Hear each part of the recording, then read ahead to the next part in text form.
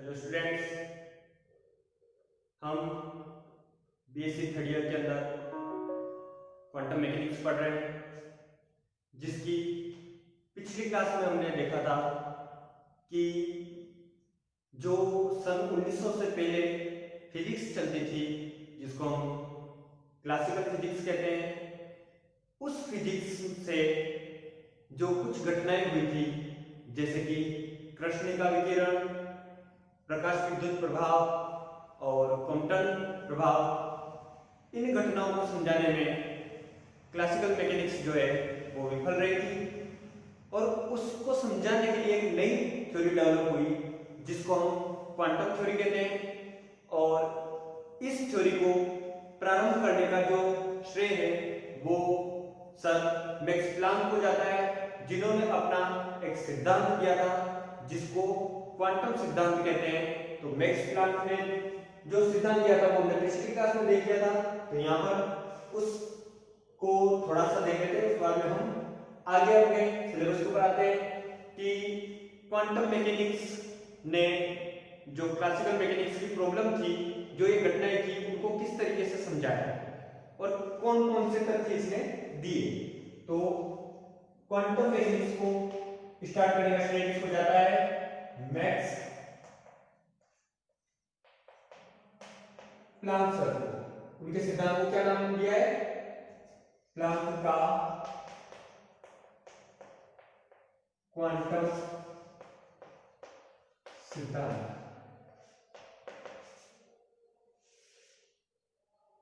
इस सिद्धांत के अनुसार जो कृष्णिका पिंड होता है, उससे विकिरण का अवशोषण या उत्सर्जन जो है वो सतत रूप में न होकर के ऊर्जा के छोटे छोटे बंडल के रूप में होता है, जिनको प्लांक ने क्वांटा नाम दिया, जिनको हम क्वांटा भी कहते हैं और उन्हीं को हम फोटोन भी कहते हैं। तो इन्होंने विकिरण का अवशोषण व उत्सर्जन किसके रूप में होता है? क्वांटा या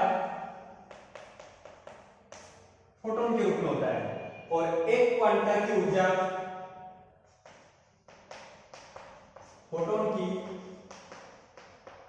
ऊर्जा इन्होंने अपने सूत्र से दिए, जो क्या है? Is equal to H new.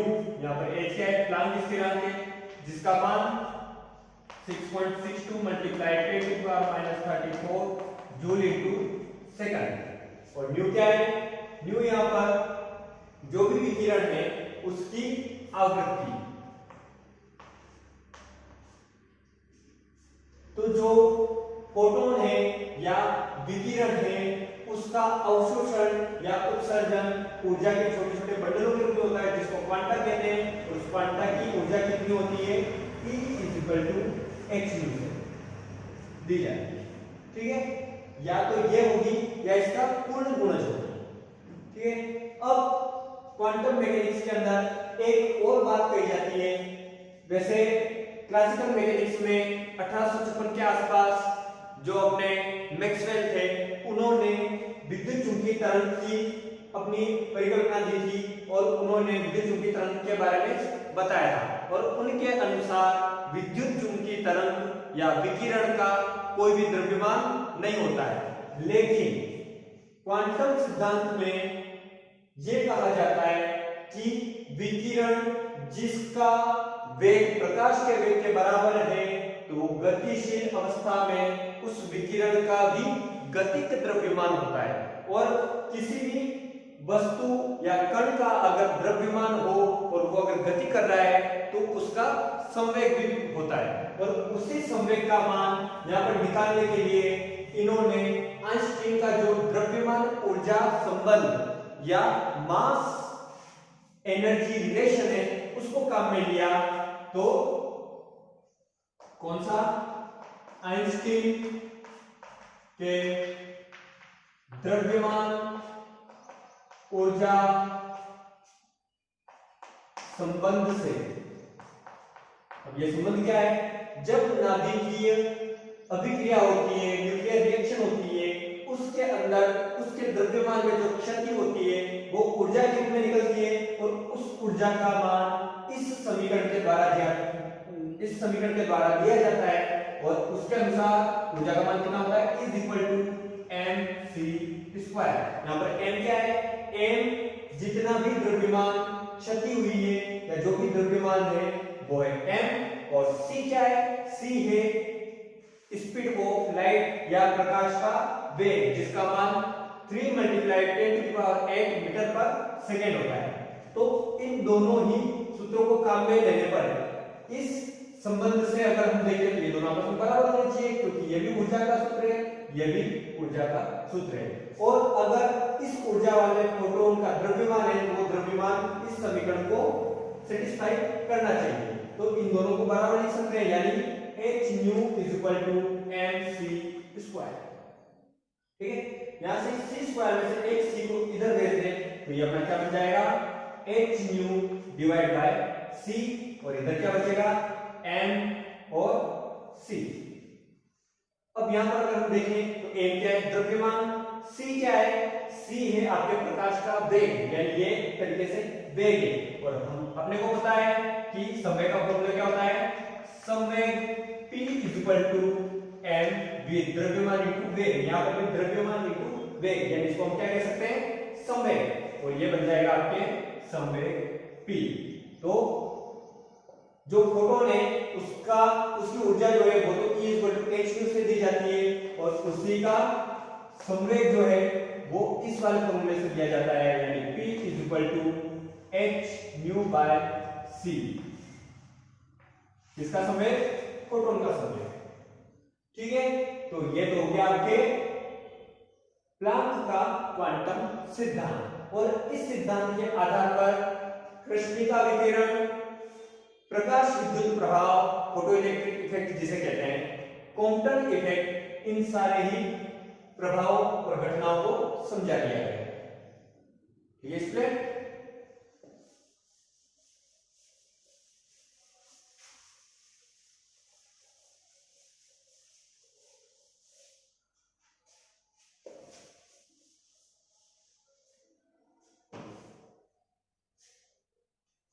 तो स्टूडेंट अपना जो पहला टॉपिक आ रहा है इसमें वो आ रहा है कृष्णिका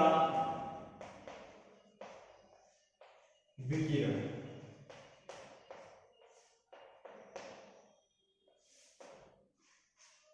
कृष्णिका विकिरण से पहले कृष्णिका कहते किसको है?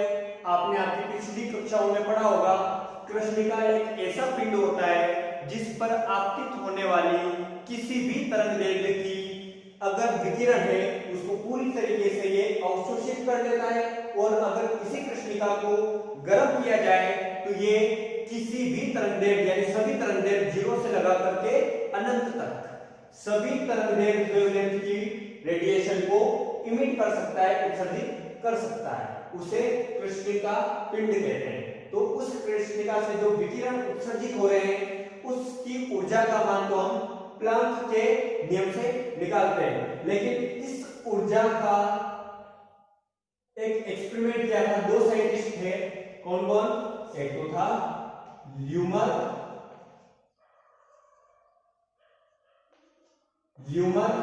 तथा दूसरे का नाम था प्रिंजहाइम।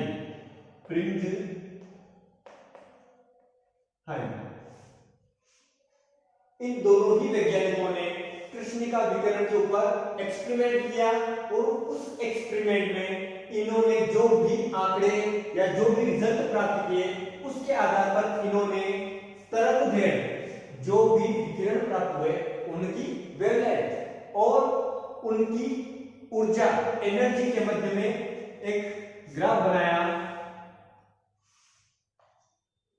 उन्होंने एक एक्सिस पर तो लिया वेवलेंथ लैम्डा और दूसरे एक्सिस पर लिया एनर्जी E।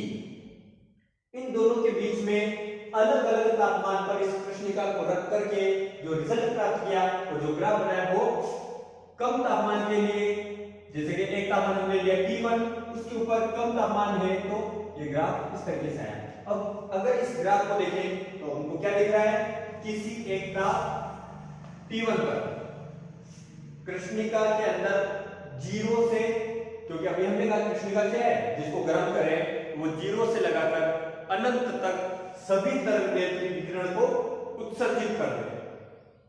तो जैसे जैसे तरंगदैर्घ्य को बढ़ाते गए वैसे वैसे ऊर्जा का मान भी बढ़ता गया और एक अधिकतम मान पर जाकर के उसके बाद में अगर तरंगदैर्घ्य का मान बढ़ाए तो इस ऊर्जा का मान फिर घटने लग जाता है।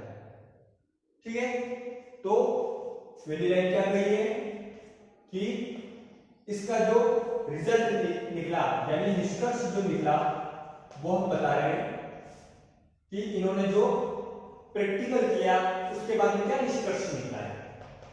इसका निष्कर्ष क्या है, पहला कि कृष्णिका से सभी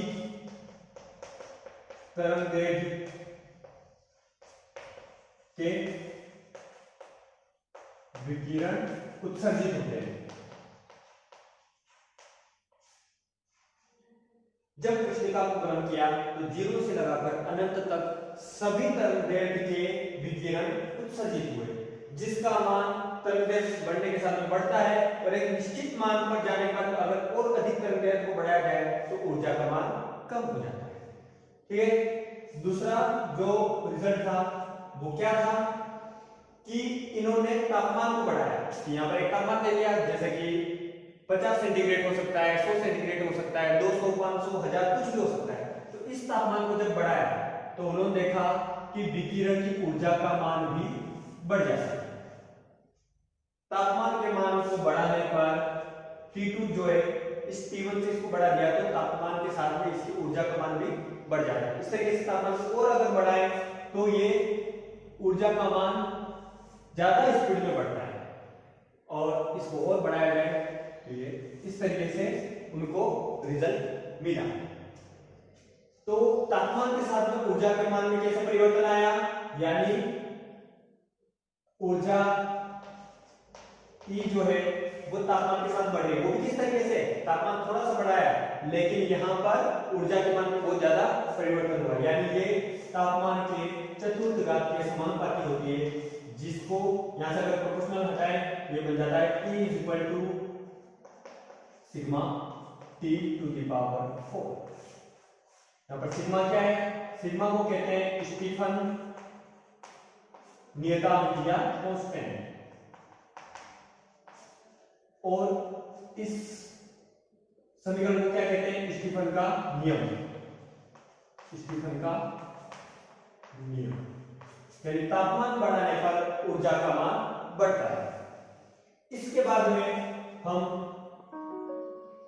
नेक्स्ट पॉइंट पर आते हैं। तीसरा रिजल्ट क्या था, अब हम अगर इसको देखें तो इस पहले वाले ग्राफ के अंदर अधिकतम ऊर्जा इस वाली तरंगदैर्घ्य पर आई।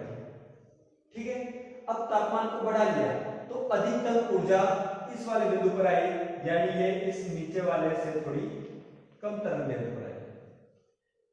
और तापमान को अगर बढ़ा लिया तो फिर इसमें जो हाईएस्ट एनर्जी है वो इस लाइन से थोड़ी इधर है, यानी ये और कम तरंगदैर्घ्य पर प्राप्त हुई, और इससे और ज्यादा तापमान को बढ़ाया ये और इधर हो गई।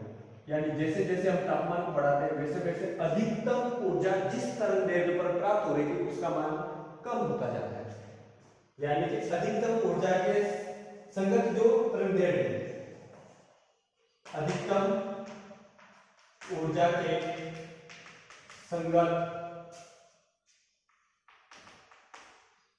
तरंगदैर्घ्य lambda m is inversely proportional, कि जैसे जैसे तापमान बढ़ रहा है वैसे वैसे तरंगदैर्घ्य का मान कम हो रहा है। कौन सी वाली तरंगदैर्घ्य, लैम्डा m, जिस पर अधिकतम ऊर्जा उत्सर्जित हो रही है ये वाली। ठीक, तो ये तापमान T के व्युत्क्रमानुपाती होता है, और आपको पता है प्रोपोर्शनल हटा देते हैं, यहां पे कांस्टेंट का वैल्यू क्या होगा, इस T को इधर भेज सकते हैं, यानी ये क्या बन जाएगा, ये बन जाएगा आपके lambda m into capital T is equal to a constant v, और इस नियम को कहते हैं वीन का नियम। क्या कहते हैं इसको, बीन का नियम। तो इस बी को क्या कहते हैं, बीन नियतांक या कांस्टेंट। यहां पर बीन कौन है, साइंटिस्ट है, स्टीफन कौन है, साइंटिस्ट है। ठीक है, तो इस तरीके से इन्होंने जो भी संबंध प्राप्त किए उसको समझाने के लिए क्वांटम मैकेनिक्स को काम में लिया। ठीक है स्टूडेंट, तो अभी हमने देखा कि कृष्णिका विकिरण को समझाने के लिए क्लासिकल मैकेनिक्स फेल थी, जिसको समझाया गया वो क्वांटम मैकेनिक्स प्लांक के क्वांटम सिद्धांत के आधार पर ही उसको एक्सप्लेन किया गया। अब हम अपने दूसरे टॉपिक पर आते हैं। दूसरा टॉपिक अपना क्या है, फोटो इलेक्ट्रिक इफेक्ट या प्रकाश विद्युत प्रभाव। अब ये होता क्या है, जैसे आप 12वीं क्लास में पढ़कर आए हैं, लेकिन एक बार इसको देख लेते हैं कि प्रकाश विद्युत प्रभाव किसे कहते हैं। कि जब किसी धातु की सतह पर, ये क्या है, धातु, जब किसी धातु की सतह पर किसी निश्चित आवृत्ति की विकिरण, ये क्या है, विकिरण, विकिरण कोई सा भी हो सकता है, एक्सरे हो सकता है, अल्ट्रावायलेट हो सकता है या गामा रे हो सकता है, कुछ भी हो सकता है। एक निश्चित आवृत्ति का विकिरण किसी धातु की सतह पर आपतित होता है तो इस धातु की सतह से इलेक्ट्रॉन उत्सर्जित हो जाता है। ये कौन है, इलेक्ट्रॉन। विकिरण आपतित होता है तो इलेक्ट्रॉन उत्सर्जित हो जाता है। इस घटना को क्या कहते हैं, प्रकाश विद्युत प्रभाव। क्योंकि ये क्या है, प्रकाश जो आपतित हुआ, इससे इलेक्ट्रॉन उत्सर्जित हुआ और इलेक्ट्रॉन के प्रभाव को हम विद्युत कहते हैं, इसलिए इस प्रभाव को क्या कहते हैं, प्रकाश विद्युत प्रभाव। अब इसको समझाने में भी क्लासिकल फिजिक्स जो थी वो फेल रही और क्वांटम सिद्धांत के आधार पर इस प्रभाव को समझाने वाले जो वैज्ञानिक थे उनका नाम था अल्बर्ट आइंस्टीन। अल्बर्ट आइंस्टीन, इन्होंने इस प्रभाव को प्लांक के सिद्धांत को काम में लेते हुए बहुत ही अच्छे तरीके से समझाया गया। अब देख लेते हैं कि इसमें कौन कौन से पॉइंट हैं। ठीक है, कि क्लासिकल मैकेनिक्स कहती है कि किसी भी कण को अगर हम, क्योंकि क्लासिकल मैकेनिक्स ने विकिरण को क्या मान रखा है, एक सतत तरंग के रूप में मान रखा है, जबकि क्वांटम मैकेनिक्स विकिरण को क्या मानता है, ऊर्जा के छोटे छोटे बंडल या क्वांटा के रूप में मानता है। तो विकिरण अगर सतत है और इस इलेक्ट्रॉन के ऊपर आपतित हो रहा है तो इस स्थिति में ये इलेक्ट्रॉन उस ऊर्जा को अवशोषित करेगा और अवशोषित करता हुआ जब इसकी ऊर्जा इसकी बंधन ऊर्जा से अधिक हो जाए, इसकी बाइंडिंग एनर्जी जो इसको इस सतह से बांध के रख रहा है उससे अधिक हो जाए तो ये यहां से बाहर निकल जाएगा। लेकिन प्रैक्टिकल करके जब देखा तो इसके अंदर ऐसा नहीं होता है। हमने विकिरण को आपतित किया, वो एक निश्चित आवृत्ति या उससे अधिक आवृत्ति का विकिरण होगा तभी यहां से इलेक्ट्रॉन उत्सर्जित होगा, इमिट होगा। अगर उसकी आवृत्ति निश्चित आवृत्ति से कम है तो हम इस विकिरण को चाहे कितने ही घंटों तक इसके ऊपर हम आपतित करें, इसमें से इलेक्ट्रॉन उत्सर्जित नहीं होगा। तो यहाँ पर क्लासिकल फिजिक्स जो थी वो फेल हो गई। तो इसको समझाने के लिए आइंस्टीन ने प्लांक के सिद्धांत को काम में लिया और अपनी एक समीकरण दी जिसको प्रकाश ऊर्जा समीकरण कहते हैं। तो इन्होंने कौन सी समीकरण दी कि जब जो विकिरण है, माना कि इसकी आवृत्ति क्या है, न्यू आवृत्ति का प्रकाश इस सतह के ऊपर आपतित हो रहा है तो इस प्रकाश की ऊर्जा कितनी होगी, इस प्लांक के नियम के अनुसार, क्वांटम फिजिक्स के अनुसार h न्यू। तो ये क्या होगी, आने वाली एनर्जी। अब ये एनर्जी एक निश्चित आवृत्ति से ज्यादा हो, क्योंकि हमने अभी कहा निश्चित आवृत्ति से ज्यादा होगा तभी यहां से इलेक्ट्रॉन बाहर उत्सर्जित होगा। तो एक निश्चित आवृत्ति, इसको हम कहते हैं देहली आवृत्ति। वैसे इसको हम ग्राफ से देख लेते हैं कि एक तरफ हम प्रकाश विद्युत आई को काम में ले लेते हैं, तो इसको धारा ही कह देते हैं धारा, और दूसरी तरफ हम ले लेते हैं प्रकाश की आवृत्ति, आवृत्ति न्यू।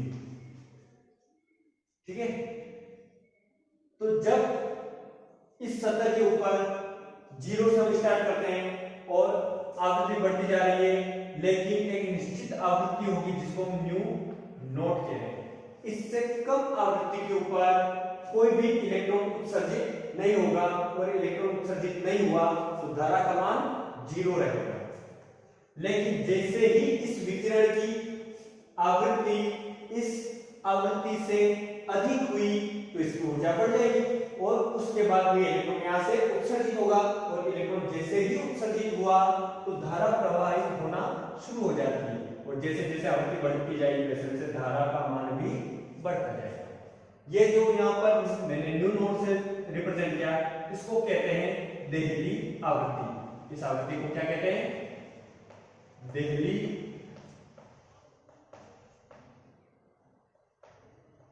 आवृत्ति।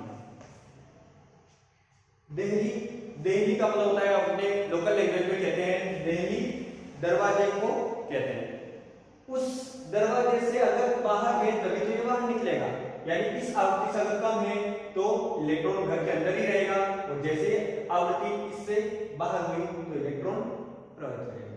तो इस देहली आवृत्ति के लिए उसकी ऊर्जा कितनी होगी, तो वो भी h म्यू नॉट से देंगे प्लांक नियम के अनुसार।